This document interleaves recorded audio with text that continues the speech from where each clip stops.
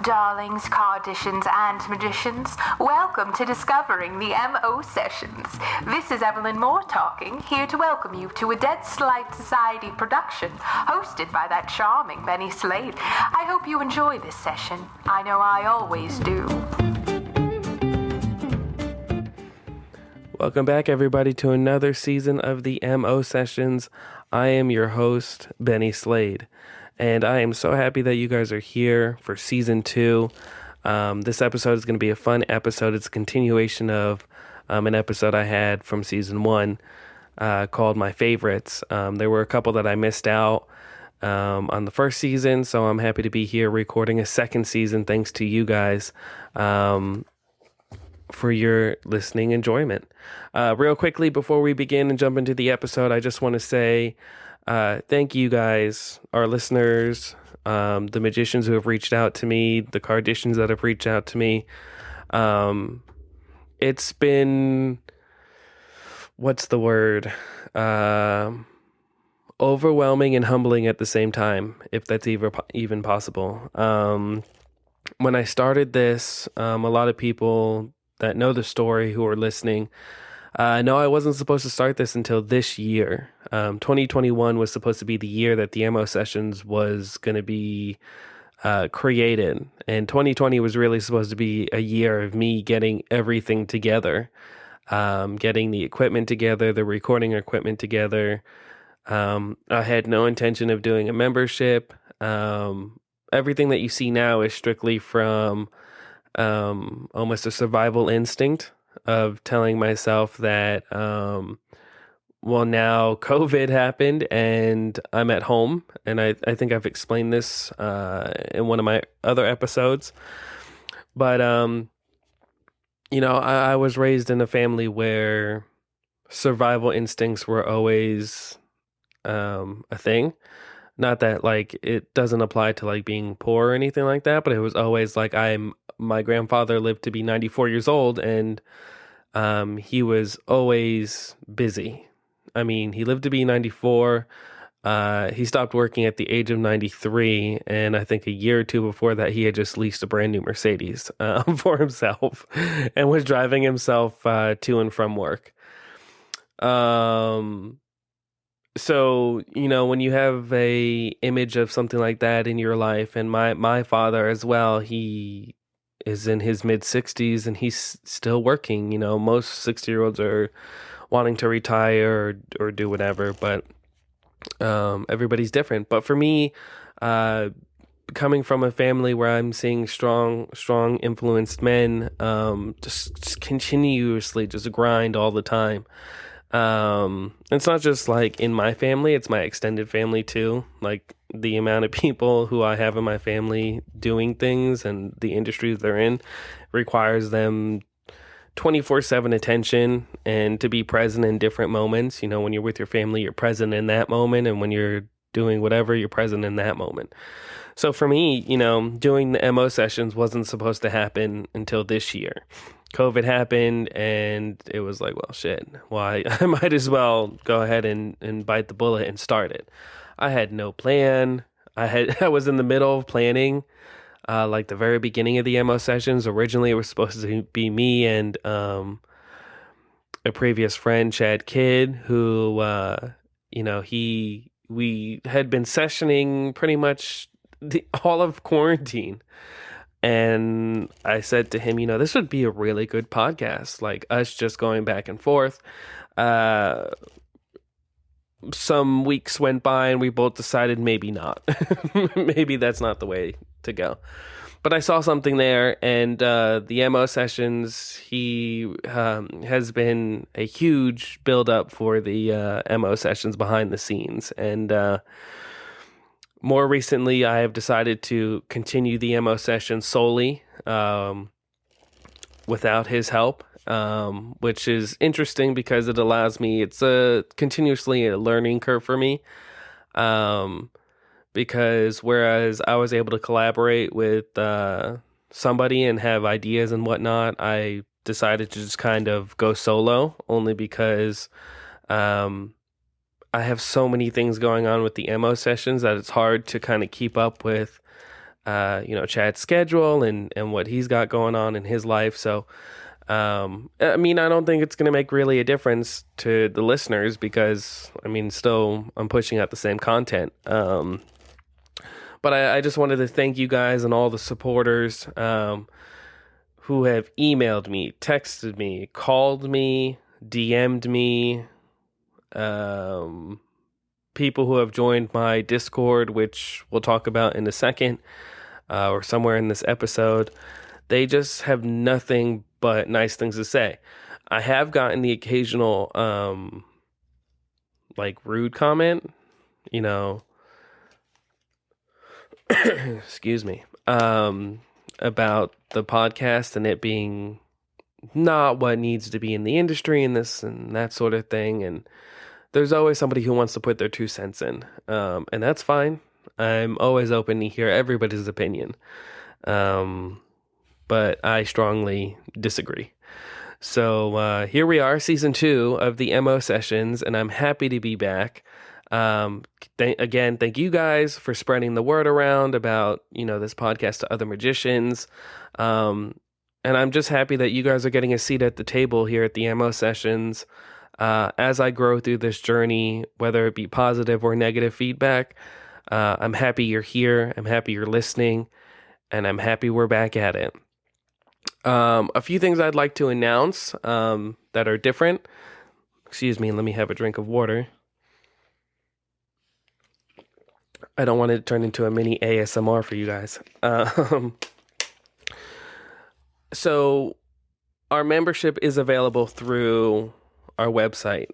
What is the membership? So it's called the Modus Operandi membership. And what it is it's going to be me releasing a monthly Cardition publication and a video series called A Bit of Business. Both of them pay homage and tribute to the greats that came before us. The Dope is our monthly publication. And within there will be different contributions, just like any other contribution. But it's more so a tribute to the earlier contributions that came before me and my card magic. Obviously, we all know what that is. There's been so many publications, quarterly, monthlies, and things like that going on. And I think since announcing mine, maybe because I'm just more aware of it, I've seen like 4 or 5 other that have launched as well, which I think is interesting too. And I'll save a theory on that for another episode.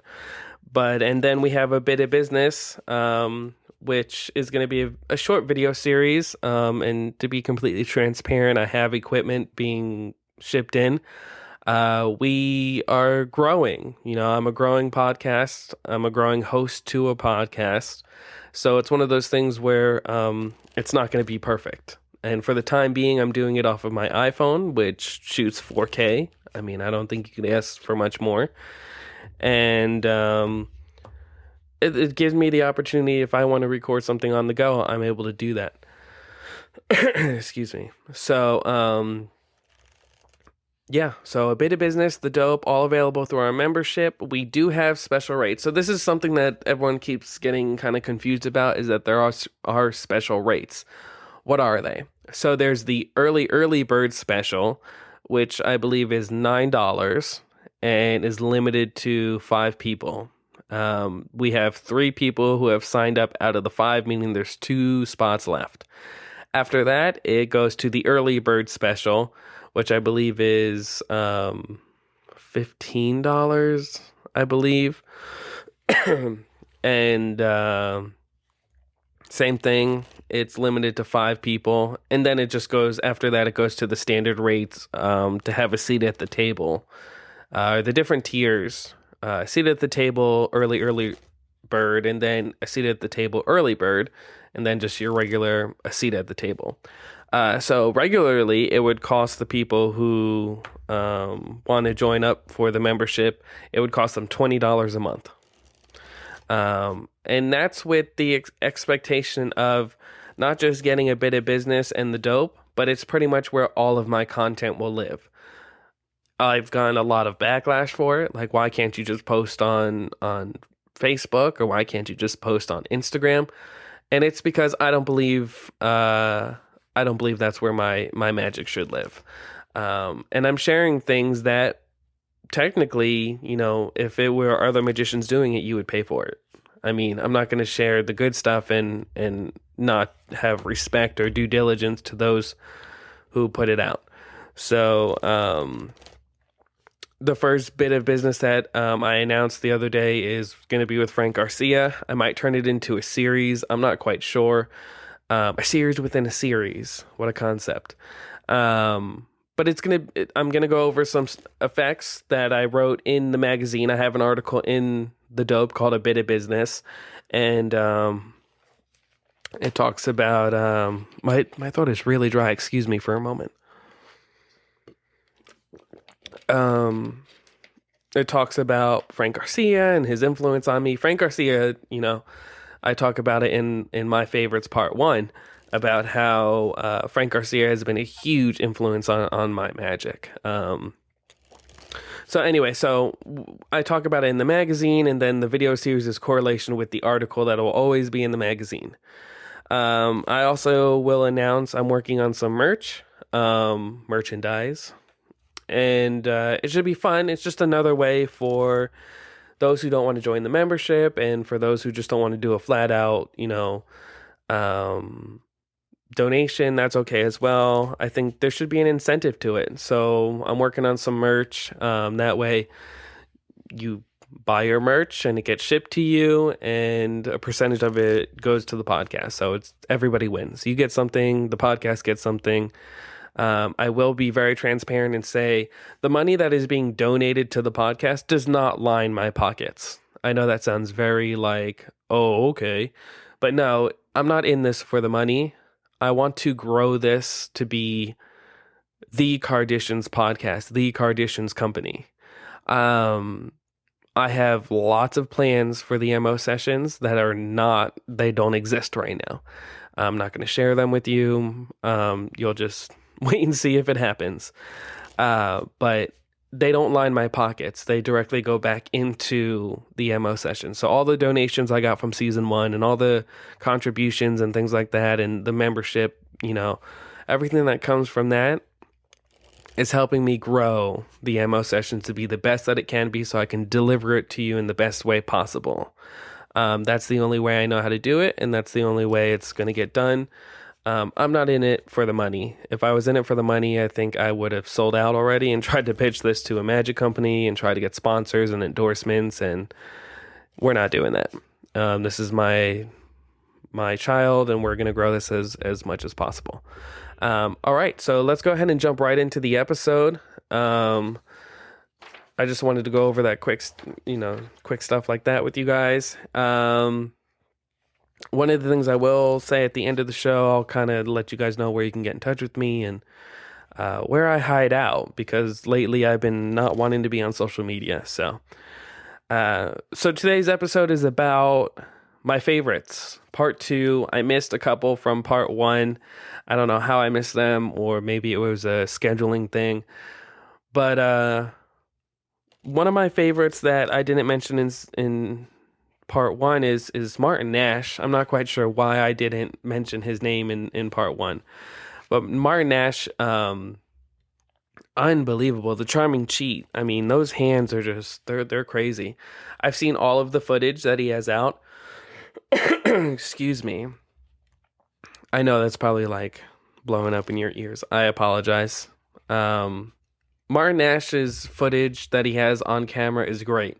The older footage, the award-winning Card Magic series, and then the newer one they put out, which are pretty much identical, which is somewhat very strange to me that you can do a whole repertoire like that over some years and it be exactly the same. Martin Nash is a huge influence to me, not only because of his card handling, but the persona that he perceives when he performs it's really interesting. I've heard stories on doing research for this episode that, people who have encountered him and took lessons from him or sat with him at the table. And he was very quiet. Supposedly he kept to himself, which is really interesting. because when you think about it, Martin Nash has such a big. I'm sure he had such a big aura around him. Not an ego, but like he's bigger than life sort of thing.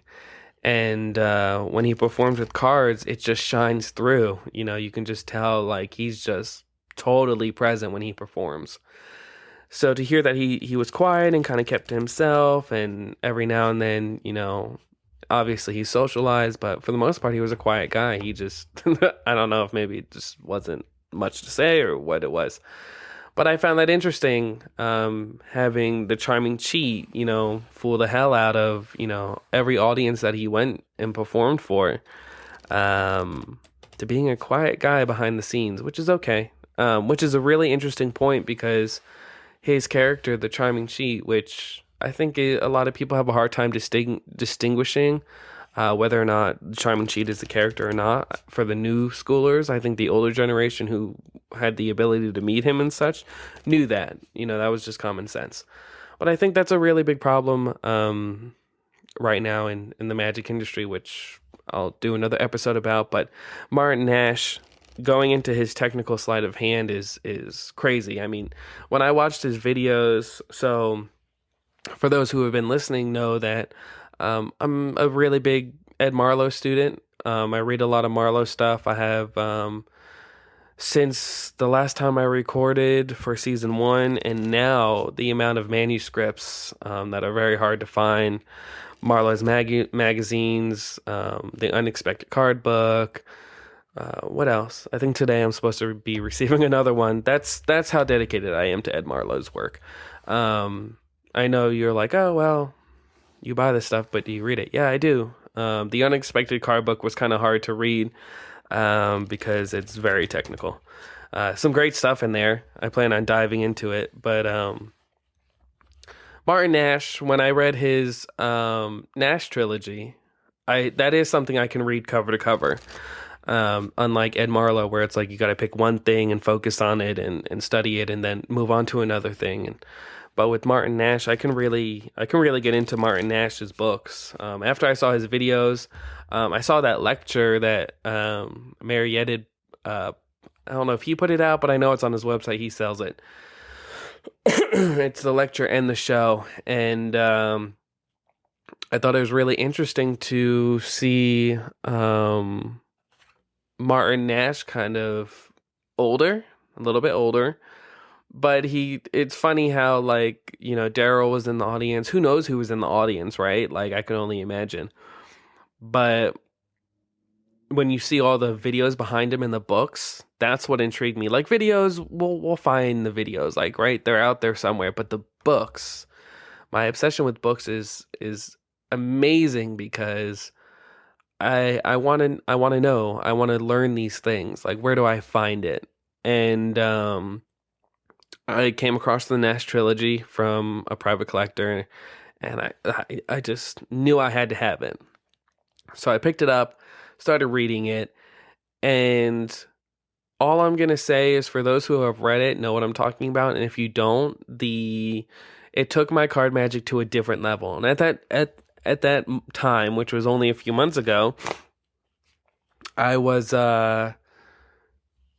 kind of just playing with like Frank Garcia stuff and some other stuff that I was reading and nothing specifically, but I wasn't taking it as seriously as I was in the beginning of quarantine.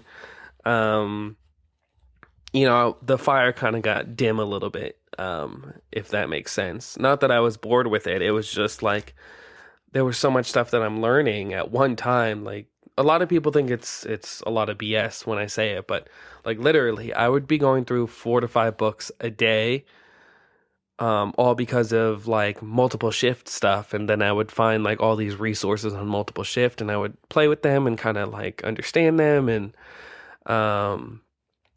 you know, I think that's the way cardmanship should be. But anyways, so I got Martin Nash's books, and he took my card magic to another level because the way he writes in his book is really interesting to me.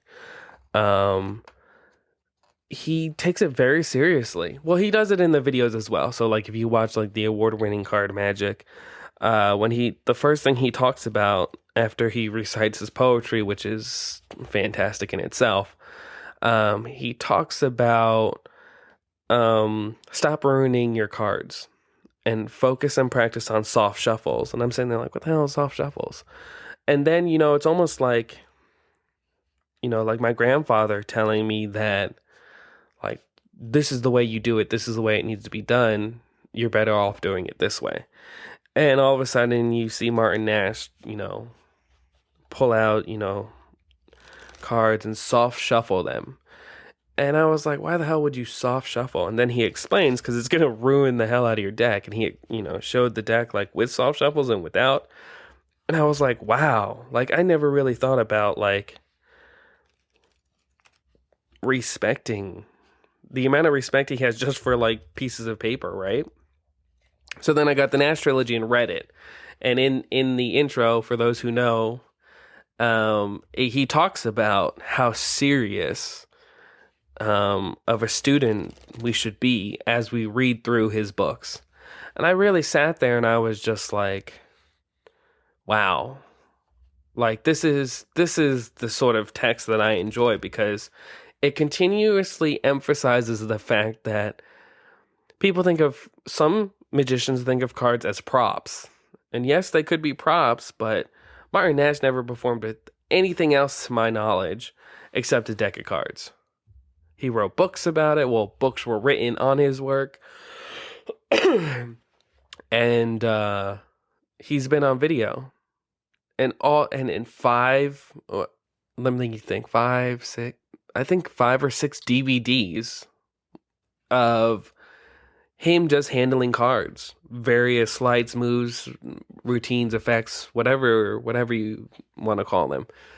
But I really sat there and I was like, wow, I need to start taking this just a little bit more seriously. And then that's when I started to get in contact with a friend who is also well known in the industry. And we had kind of been talking. He also has a membership going on. He was doing it sometime before me.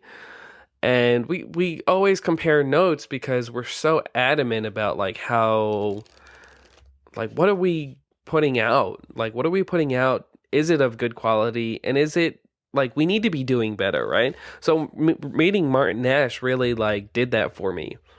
It really set the tone for like, you need to be taking this seriously. Like if you're going to be doing this, you have to take it seriously. It's not really an option. And I really love his knockout double lift he has in there. I think it's really interesting to see, how I'm just playing with it as I'm talking about it, but it's a really good double lift, in my opinion.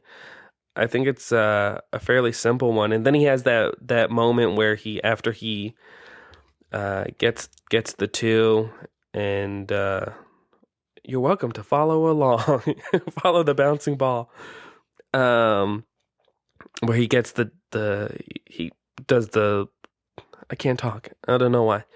Where he takes the 2 and flips them. And then there's this moment of a pause where he kind of like slightly angles it.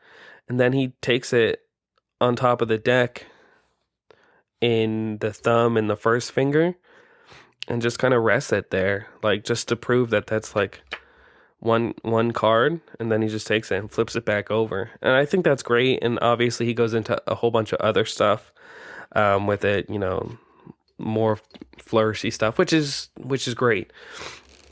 But I think Martin Nash's card handling is something that, like, it's not overly flashy. Like, I look at, like, Rene Levant. Obviously, he was doing magic one-handed. But if you read his book, I'm not going to perform one-handed magic. You know what I'm saying? Like, it's specifically for Rene Levant. Although, I will say, I think it might be important to study Rene Levant in case you lose a hand. Is my thought there. Or one of them, it doesn't function. I think that would be pretty cool. I mean, that's something I would consider. But And Martin Nash's multiple shift, like that's let's just talk about let's rewind a little bit more and let's talk about his push through shuffle. In my opinion, his push through shuffle is probably the best one I've seen. I also recently, in the past few months, haven't been really paying attention to a lot of magicians. I'm not really focused on YouTube a lot. Like, I'll tune into some live streams and things like that. But when you talk about his push through shuffle, it's just like it's really unworldly. Like, I'm playing with it, and I have a decent push through shuffle. I'm not going to sit here and brag and say like I'm an expert at it. But when he does it, that's something that's just like it's butter. The amount of time that he's put into it, you can tell is like. But he's the only one I see like well, not lately, as in he's alive, but yeah, he does it with his fingertips. I'm sorry, I'm playing with it right now, and the way he does it in his hands is just like, yeah, it's really crazy. It's so good, so good. So once I read about that, I read about the multiple shift and things like that, and the multiple shift is one of my favorites. Except in text, it's different than what he does on video, which I thought was interesting. And also when I know Marlowe's multiple shift, which that's obviously based on, if not the same. But Marlowe's is different as well than what's put in text. So that's just something interesting I've thought about. I think one of my favorite things is once I discovered the infinity. I'm not going to say what it is, but for those who know what it is.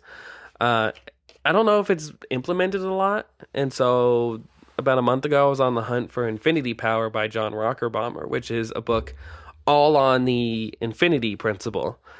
And obviously, Paul Vigil uses it in one of his books. But I wanted to, I love reading, so I'm like, there has to be a book out there on the infinity principle. Like, and so come to find out, John Rockerbomber has one, or wrote one with Lou Freed some years ago.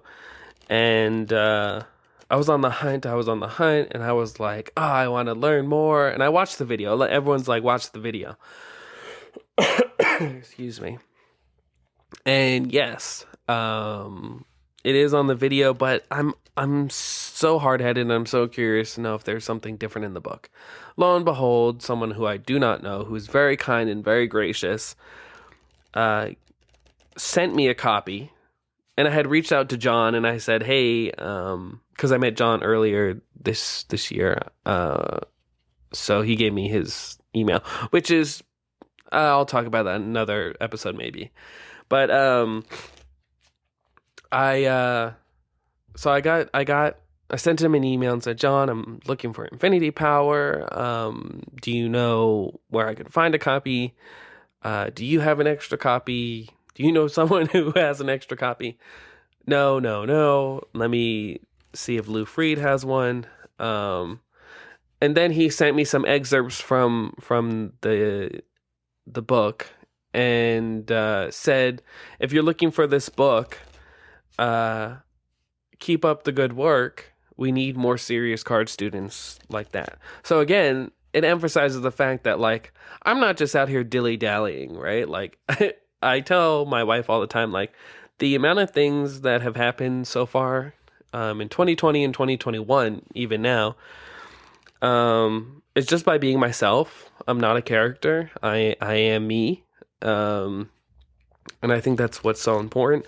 And I think with Martin Nash is that, like, you could tell that, like, although he may be quiet, but when he performs, he is himself. He is charming. He is witty. He is... And I think him just being around people who, kind of gets that train going, kind of like gets it, up and running per se. And so many things with Martin Nash. The genius of the infinity principle just is what confirmed and solidified the fact that his card handling is phenomenal. So yeah, Martin Nash has been a really big influence on my card handling these past few months. Still reading through the trilogy because there's a lot in there. Like, I was like, oh yeah, a lot of easy stuff. And then I got to the second book and I was like, oh, maybe not. Even the end of the first book was like, it's pretty complicated. So I'll advise, if you know someone or have someone, or if you own a copy yourself and you haven't visited it in a while, open it up, read through some things. There's a lot of gold in there. I was really surprised to see some of the stuff that's in there and how many people are not performing it today. It's a shame. And if you don't want to perform it, I will. So there's that. So that's Martin Nash. Martin Nash is a favorite of mine. I'm always looking for expanding my collection and getting more of his stuff. There's not a lot out there. I think I have everything that's out there on Martin Nash, but excuse me. Yeah, so Martin Nash. Another one I want to talk about that buddy of mine kind of pointed me towards is like, he was like, you're studying all this Marlowe stuff, but what about Vernon, right? The old topic of Vernon versus Marlowe. And I simply just told him, like, Vernon's cool, like, I understand. But he's like, but it's Vernon. And I was like, eh. So he was like, all right, Vernon doesn't do it for you, so how about one of his students, Servan? Now, Bruce Servan was like, when I figured out Bruce Servan, I had consumed all of the videos, bought all the videos out there before L&L got bought up, just watching the Servan videos. And this cat has really got, like, the amount of smoothness to his performing is just great. His, it's interesting because he has a triumph in, I don't know if it's the Vernon Chronicles or Ultra Servan. I think it's one of the Vernon Chronicles where he talks about this triumph. But there's a moment in there, or it might have been the video series. But there's a moment in there where once you shuffle them in together, you have half face up, half face down. And then you have this moment where, to get them all the right way, you turn over your left hand and place it on top of the tabled packet, which puts everything the right way except, that top card. And then you shuffle them in together and let the spectator push them in together. And it looks like, if you're looking at it the right way, it looks like face up going into face down or whatever it may be. Which is such a great subtlety. But the way he does it is so smooth. He just does it and places it down as if it's standard procedure. Like, that's just, and obviously, if you're listening to it, you're like, well, that's how it's supposed to be. But that's such a smooth subtlety to think like, oh, we're just going to place these down at the table. You know what? As a matter of fact, go ahead and shuffle these in together for me. It is great. So that seeing that piece and then understanding his books and Ultra Servan and the Servan File and the Vernon books, the amount of smoothness and the confidence he has is really interesting, because the way he persuades his audience is something that's like, I shouldn't say persuade, but more convinces is really what it is. But it's not he does it as if it's not an option. Go ahead and pick a card for me. Are you sure you want that card? Yeah, go ahead, take that card. It's one of those things where it's like, it seems like it's not planned, but he definitely just like forced a card on him. Like, that one? Yeah, no, go ahead, take that one. And that's kind of his whole thing is like, he was that I really tune into these performers that are really social. Like, they're just hanging out and they're just going to show you something amazing. I think that's what we need more, is more naturalness of being you. If you're not an interesting person, then I don't know what to tell you. I mean, it happens, but, I heavily rely on, seeing my grandfather and him in old photos and stories and things like that. I mean, in the 50s and the 60s, they were socializing with people that, like, I never would have imagined to socialize with. And even my uncle passed away a few weeks ago. And he was a famous playwright in New York, and he has a show on Amazon and this whole thing. But, you know, he would send us photos of him hanging out with Sydney Portier and like all these different people. And but the point is that they're socializing. Like you see like these Rat Pack photos of them laughing and having a good time. That I really love in performers because it shows that like you're there not just for the magic, you're there to kind of like socialize. Like, how's it going? How are you? Good, great. Um, just having a good time. And I do think in certain performance settings that's not necessary. But I think what I do, which is tabled close up, card work, socializing with them in that sort of way is super important. You know, you look at Jimmy Grippo and you see him kind of like this, you know, that video clip of him talking about the ladies at the bridge club. I teach them this and they love doing it. It's just something fun for them to do is this sort of spread of the cards on the table. And but it's still, you know, socializing. So Bruce Vaughan is one of those guys that I really looked at and I was like, wow, he's like socializing with the people, you know, with the audience and his card handling. And he almost does the Michael Skinner pause, like when he goes for a reveal. And it's just really long and uncomfortable. He almost does it as long and then reveals it. And everyone just like goes crazy. Excuse me. I apologize for all the coughing. Tail end of this cough, I said it on the last one, but it's gone down to like nothing. My throat's just really dry. So it's I really enjoy Bruce Vaughan's card handling. Another one of those guys that I find to be very common with myself. His books are well written. I enjoy them. Ultra Servan is obviously the one where like a lot of his performing material was. But I didn't really know much about like when he lived and when he died and that, or how he died and that kind of thing. But I certainly think there's a lot of Bruce Servan material that's being performed or variations of it. I mean, it's really Vernon stuff, but Bruce Servan just kind of upped it a little bit, in my opinion. You can disagree with me. But he also had some really good creations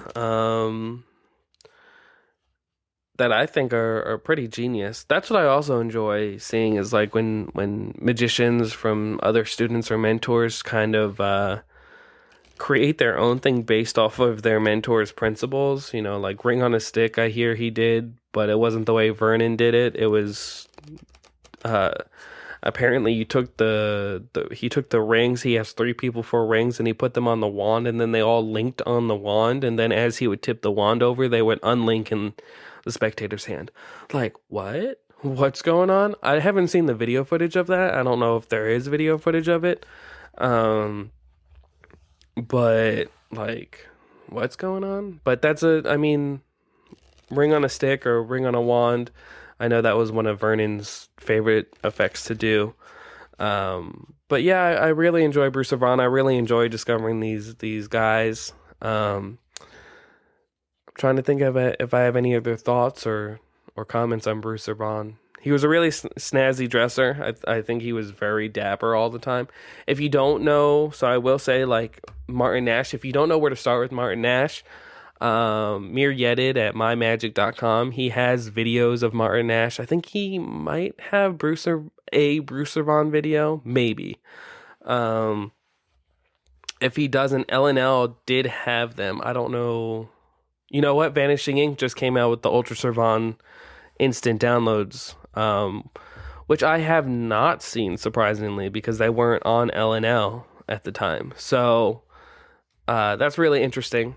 But since they're bought up by Murphy's, I'm excited to see what they're going to do with their catalog of stuff, because there's a lot of stuff that I would love to see put back out or at least available for limited time and that kind of thing. So Bruce Vaughan, I would probably see what you can find on Vanishing Ink. I don't really pay attention to Vanishing Ink and Penguin Magic. I will buy supplies from them if I need them, but I try not to pay attention. It's hard not to pay attention to the ads and what they got going on. The last thing I paid attention to was Expert at the Card Table with Ackerman and England and Shinlim and what's his name? Heinz Clark or something like that. I forgot his name. That was the last time I paid attention to Vanishing Ink. And I thought that was pretty good. So Bruce Avon, check him out. Martin Nash is always great. Trying to think. I think that's all my thoughts on those two that I have. I'll go ahead and wrap this episode up. Thank you for listening. If you stayed in this far, I hope you got something from it. I'm glad to be back doing it. This Friday, because I was having technical issues today with this episode. Friday, if everything works out and my editing finishes what it needs to be doing or what I need to do editing, this Friday in our membership, A Bit of Business launches. And the topic of conversation, like I said in the beginning, was Frank Garcia. So I'll be going over a few items and some notable mentions from $1 Million Card Secrets. I think it came out in 72, which is great. Normally I would have a quote for you guys. I don't have one. And I plan on, so real quickly, I would like to talk about my Discord. So I had been playing with this idea of how do I create a community where our listeners and other Kardashians can kind of meet up and hang out, kind of like a clubhouse per se. And I was like, well, Instagram is a good place to do it. You know, Franco Pascali has this Magic Intel, which is an exclusive invite-only thing going on Instagram, where he teaches a lot of great stuff. I mean, just spot on everything. And I wasn't quite sure if I wanted to do something like that. I test ran it with the Instagram page for my podcast, and I just didn't like it. I didn't like the way that was going. So I created a Discord group. Discord is a gaming platform, but because 2020 they kind of repivoted it. They changed it a little bit. Wow. They changed it a little bit. And so pretty much what they did is that it's now for like all types of gamers, communities, different things like that.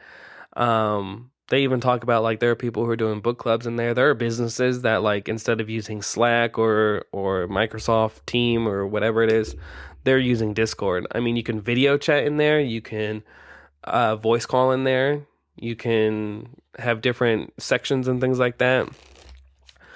So the whole point behind it is that my Discord is the platform that I use for our secret gathering spot for Kardashians to share, discuss, show, and grow together in a community setting, especially in a setting that is exclusive.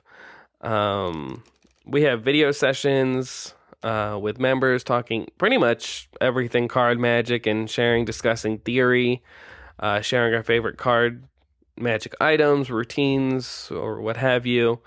And if it is something that you may be interested in, there is a link in the show notes. If that link does not work, you can go on our website, mosessions.com, and you'll see up, if you're on the computer, up at the top of like where all the tabs are, there's a little guy up there with like a mask on, is what it looks like.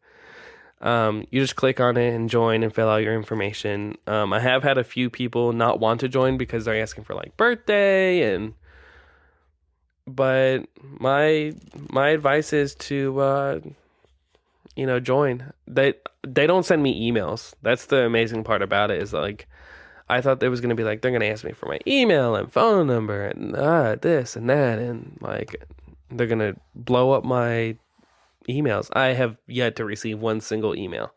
I don't think that's the business that they're in. I don't think they're trying to promote it because they already naturally have people come to their platform. So we have a few members in there. We had a good amount, and then I had decided to weave through because we had people in there who weren't magicians. Like, it was just really weird. And so we really distilled it and refined it and got it to where it was pretty much all card guys. We do welcome magicians who do card magic, but primarily we would like it to be practicing serious students of card magic, because when we go in for a session and we're talking about, I'm just going to say like Nash's multiple shift, and you don't know any knowledge about the multiple shift, we're happy to teach you, but it's going to be hard because some of the guys in there are going to be talking about other multiple shifts. We want to make sure you're keeping up with us, you're having fun, you're having a good time, and not feeling like, well, I'm not on this level, so I don't need to be here. Again, that goes into my motto of if you're a practicing card guy, you should be reading and practicing or watching every day. There was actually a really good Jason England quote from Theory 11 that pretty much said like all the media that you consume should be like 85% books, 15% videos, and I think there was like another percentage for anything else. But like, it was really good advice, and maybe I'll put it in here on the next episode, but it was solid advice, because 100%, that's my biggest issue right now with Magic, is that like books are starting to come back, right? Like slowly. I don't think they ever went away. I just think a different generation like just chose not to consume them. But all that, like, $1 Million Card Secrets, like, come on, like, regardless of the controversy around it, like, there's some gems in that book, regardless of like where I've actually found the original source or whatever it may be. Really good stuff. Like, and then when you see Frank Garcia perform it, it's just mind-blowing. So that's what the Discord is. I went off on a small tangent per usual, but it's my secret community. At first it was invite only, and now the only way you can get in is by kind of performing your chops, old school Magic Club style. It allows me to kind of get a personal touch of who you are and what level you're at. Not that it really matters, but we welcome everybody, and we hope that if you're a listener and you find it of interest, please join our community Discord. We have a lot of fun in there. It's been fun to build, throw in ideas. It really has become a community. I think some of us look out for others in there as well. But yeah, don't forget to listen to us on all major podcasting platforms. If you're listening to this on our website, you can subscribe to us on Apple, Spotify, Google, and iHeartRadio. We've been approved for Pandora, a whole bunch of different podcasting platforms this past year. It's been overwhelming. I recommend Apple and Spotify the most, or Stitcher. Stitcher's really big. But here's the thing with Apple. If you subscribe to the podcast, or if you just continuously like type in the MO sessions in the search box and just listen to us that way, I recommend not doing that. I recommend subscribing to the podcast. So there's that little purple subscribe button in like the info area. The only reason why I say that is because I have show notes at the end of every episode. So in the show notes is like maybe a link or a shout out or whatever it may be. But if you don't subscribe to the Apple Podcast, like subscribe to my podcast in Apple Podcast, you won't see the show notes. You only see like a sentence and a half, maybe. So if you subscribe, it allows you to see the full show notes and the links and everything like that. So I advise doing that. Spotify, I think you're just able to get the show notes regardless. Again, our website for our membership, signing up, all the information you need to know. I'll also promote that I put out an ebook in October of last year for our Halloween special, Tales from the MO Sessions. It was a short little book. I think it's like 12 pages, but pretty much the story, it's a short horror story, magic related. I've been told to turn it into a series, so maybe I'll do another one this year. I don't know. But it's a performer who was hired to go work a gig, and he finds himself in a tragic scenario while he's performing at this gig. Very bizarre, very odd, very scary. Because it could happen, maybe. I don't know. I hope it doesn't happen.